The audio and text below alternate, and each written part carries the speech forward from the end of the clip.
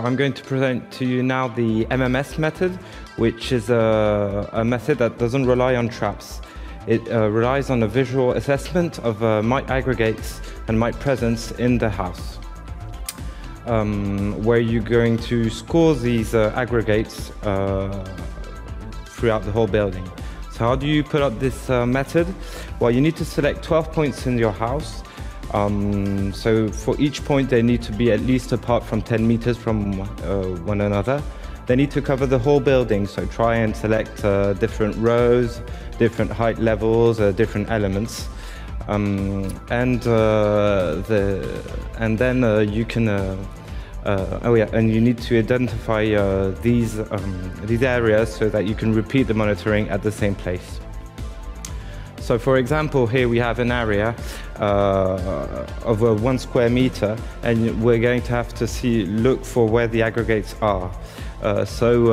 These red dots, they symbolize the areas where we can usually see red mite aggregates. So for example, beneath these perches, or in the angles or joints of the structures. So try and look at a large part. Once you've assessed all the different areas, you're going to have to do the scoring of this 1 square meter area. So to do that, you have a scale of 0 to 5, where you're going to have to look at these elements, and to give the score, you're going to have a look at several things.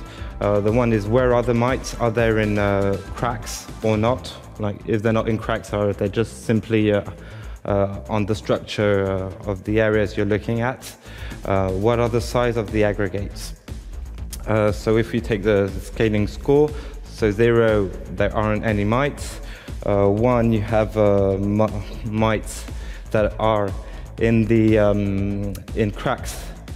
Then 2, you have mites that aren't as aggregates, but on the system and not in cracks. Then you have the score 3, where it's aggregates of less than 1 square centimeter that are in cracks. 2, it's aggregates that are more than 1 square centimeter outside of cracks. And finally, 5, it's aggregates that are more than 3 square centimeter out of traps. So as you can see, there are different elements, so you might have different scores. So the methodology is to select the highest score of all the areas you've been looking at. So to record everything, you can use these scoring sheets that are going to be available for download on the different websites. And you give at the end an average score for the whole building.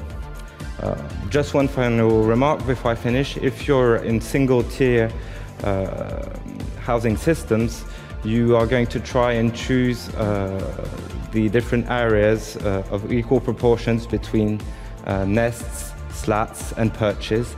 And also you may have to lift certain elements, not like in every system, but for example, you may have to lift some perches to see what's beneath them, or lift up roofs of the nests.